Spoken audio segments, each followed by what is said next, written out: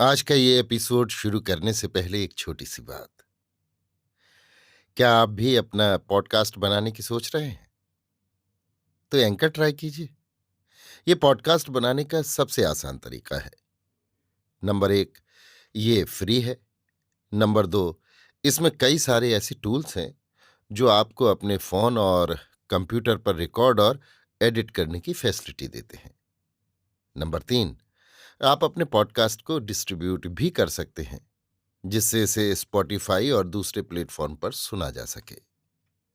तो डाउनलोड कीजिए free anchor app या विजिट कीजिए anchor.fm पर अपना पॉडकास्ट स्टार्ट करने के लिए। ये तो थी एक छोटी सी जानकारी, और अब शुरू करते हैं एपिसोड का सिलसिला। तो आज के एपिसोड में लीजिए सुनिए आचार्य चतुर्सेन शास्त्री के लिखे उपन्यास वयम रक्षामः का 27वां भाग, दासराज संग्राम, मेरी यानी समीर गोस्वामी की आवाज में। नहुषों द्वारा देवलोक को अधिकृत करने की बात पाठक भूले न होंगे। नहुष को जब अपमानित करके देवों ने देवलोक से निकाल दिया, तो उसके भाई रजी ने नहुषों को लेकर बलात् उस पर अधिकार कर लिया। रजी और देवों में घनघोर युद्ध हुआ, जिसमें असुरों दैत्यों ने रजी का साथ दिया। असल में दैत्यों का असुर भूमि अपवर्त से एक प्रकार से बहिष्कार ही हो गया था। इससे देवों के प्रति असुर इस प्रकार खींच गए थे कि वे युद्ध का कोई अवसर ही न चूकते थे। नाहुषों का प्राबल्य और असुरों के सब राज्यों की सहायता से बलिष्ठ नाहुष देवभूमि को छोड़ते न थे। उनके भय और अत्याचार से तंग और प्रताड़ित देव मारे मारे फिरते थे। इंद्र की भी बड़ी दुर्दशा हो गई थी। वो सर्वत्र मुंह छिपाता फिर रहा था। अब उसने पैजवन सुदास को उभारा। पाठक जानते हैं कि वृत्र युद्ध में सुदास को इंद्र ने मित्रवत माना तथा उसे राज्याधिकार दिया था। सुदास इंद्र के इस उपकार को भूला न था। फिर इंद्र ने वशिष्ठ को समझा बुझाकर सुदास के पास भेज दिया था। वशिष्ठ के कहने से सुदास इंद्र के लिए युद्ध करने को सन्नद्ध हो गया, परंतु केवल इंद्र ही के लिए नहीं। सुदास ययाति पुत्रों के राज्य विस्तार को भी सहन नहीं कर सकता था। रावी नदी का नाम उन दिनों परुषणी था। परुषणी के दोनों किनारों पर सुदास का राज्य था, जो उत्तर पांचाल राज्य कहाता था। सुदास पिजवन के पुत्र थे।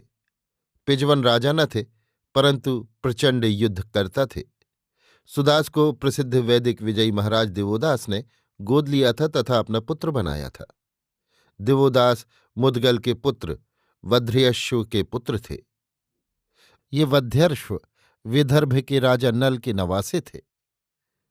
पांचाल देश में मुदगल, संजय, बृहद्रिपु, कृमिलाश्व और जैनर के खंडराज्य थे, जिनके प्रमुख सुदास थे।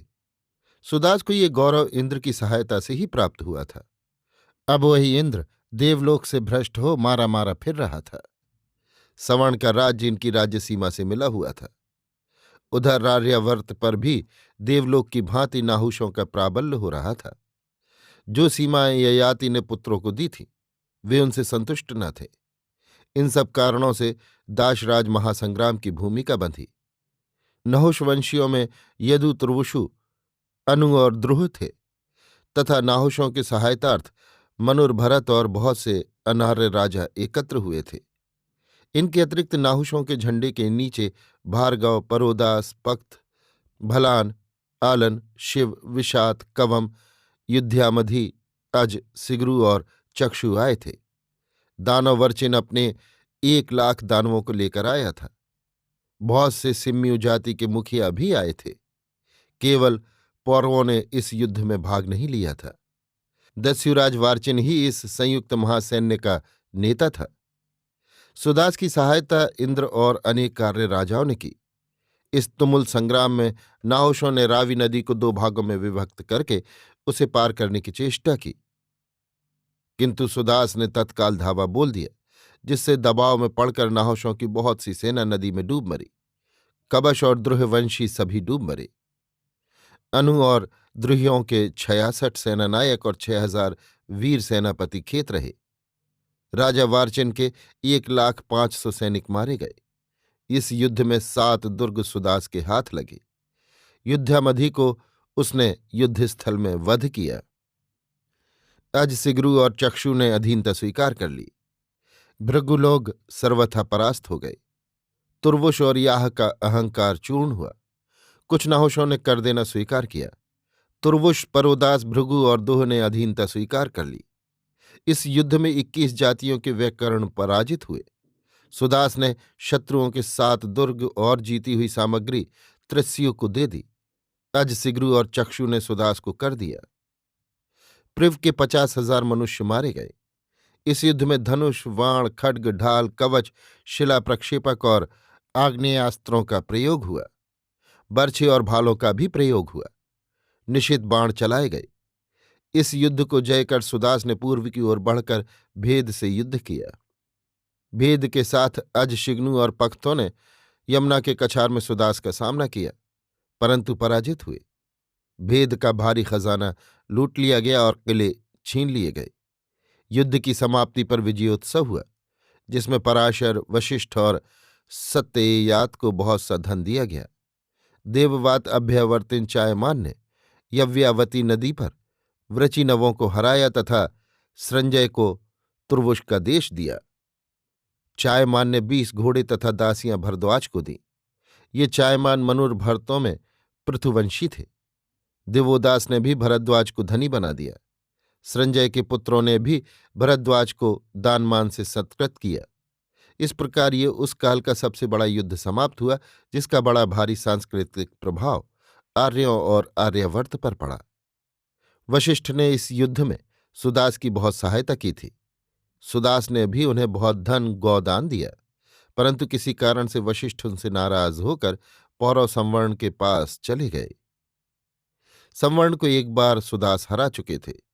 वही बैर उभाड़कर वशिष्ठ उसे सुदास पर चढ़ा लाए। तब संवर्ण ने युद्ध क्षेत्र में सम्मुख युद्ध में सुदास का वध किया। अब उत्तर पांचाल में अजमीढ़ के पुत्र बृहदश्व ने दक्षिण पांचाल का नया राज्य स्थापित किया। भरत के पौत्र सुहोत्र ने काशी में एक पौरव राज्य की स्थापना की थी, जिसे दुर्दम हेहय ने आक्रांत किया। पीछे प्रतापी प्रतर्दन ने ताल जंग के पुत्र वीतिहव्य को हेहयों की राजधानी में घुसकर हराया। पीछे वीतिहव्य ऋषि हो गए। प्रसिद्ध वेद ऋषि गृत्समिद वीतिहव्य के दत्तक पुत्र हुए। प्रतर्दन राम के राज्यारोहण में भी आए थे। प्रतर्दन के पुत्र वत्स ने प्रतिष्ठानपुर के कौशाम्बी प्रांत को अपने राज्य में मिला लिया। काशी की शाखा में सुहोत्र के पुत्र विरहत ने कान्यकुब्ज में पौरव राज्य की स्थापना की। इन्हीं के पुत्र जनहू थे, जिन्हें प्रतापी सूर्यवंश मानधाता की पौत्री ब्याही थी। यदु को चंबल, बेतवा और केनवाला प्रदेश मिला था। इसके 2 पुत्र हुए, क्रोष्ठु और सहस्त्रजित। इनके 2 वंश चले, पहले से यादव वंश, दूसरे से हेहय वंश। वे यज्ञ नहीं करते थे तथा इन्होंने असुरों से विवाह संबंध स्थापित किए थे। यदुवंशी हर्यश्व मधुदैत्य का दामाद हुआ। पीछे इस वंश में शशिबिंदु प्रसिद्ध यज्ञ करता हुआ। इसके पुत्र ज्यामघ ने दक्षिण में ऋक्ष पर्वत पर मृतिकावती बसाकर राजधानी बनाई। हेहयों ने अपने भाई बंद यादवों से उनके पैतृक राज्य छीनकर सहंजनी और महिष्मतीपुरी बसाई। पीछे सूर्यवंशी शरियात भी इन्हीं में मिल गए। इसके बाद भार्गवों से हेहयों का विग्रह हुआ। तुर्वुशु का वंश उत्तरी विहार में राज्य करने लगा। इस वंश में प्रसिद्ध यज्ञकर्ता मरुत चक्रवर्ती हुआ। इन्होंने दीर्घतमस ऋषि के चाचा संवर्त से यज्ञ कराया। इन्हें ही हिमालय में भारी खजाना मिला। मरुत से कुछ ही पूर्व मंधाता ने पौरवकुल को राज्यच्युत किया था। अब मरुत ने अपना तुर्वुश वंश राजकुमार दुष्यंत को गोद लेकर पौरवकुल में मिला दिया। इस वंश की शाखाएं पांडचौल और केरल दक्षिण में फैल गईं। द्रुह्यु के वंशधर अंगार को आगे मंधाता ने पराजित किया। इससे ये वंश और पीछे हटकर गांधार तक पहुंचा। पीछे इन्होंने मानधाता के पुत्र पुरुकुत्स को सपरिवार बंदी बनाया। बंदी अवस्था में ही त्रसदस्यु का जन्म हुआ। समय आने पर इसी त्रसदस्यु ने द्रोहियों को चंबल के किनारे करारी हार दी। इसके बाद ये वंश और भी पश्चिम की ओर हटकर म्लेच्छ देश में चला गया। कुछ द्रुह वंशी मध्य भारत में आ बसे, जहां वे भोज कहलाए। अनु को गंगा यमुना के द्वाब का उत्तरी भाग मिला था। इस वंश का राजा महामनस पंजाब की ओर बढ़ा। वो चक्रवर्ती तथा 7 समुद्रों का स्वामी प्रसिद्ध हुआ। इसने सिंधु, सौबीर, केकय, मद्र, बाल्हीक, शिवी और अम्बष्ट राज्यों की स्थापना की। इस वंश के राजकुमार तितिक्षु ने पूर्वोर आकर अंगराज्य, वर्तमान भागलपुर के निकट स्थापित किया। इसी वंश के राजा बलि की रानी सुदेशणा को अंधे वेद ऋषि दीर्घतमस ने वीरदान दे 5 पुत्र उत्पन्न किए, जो क्रमशः अंग, बंग, कलिंग, सुंबु, पौंड्र राज्य के संस्थापक हुए।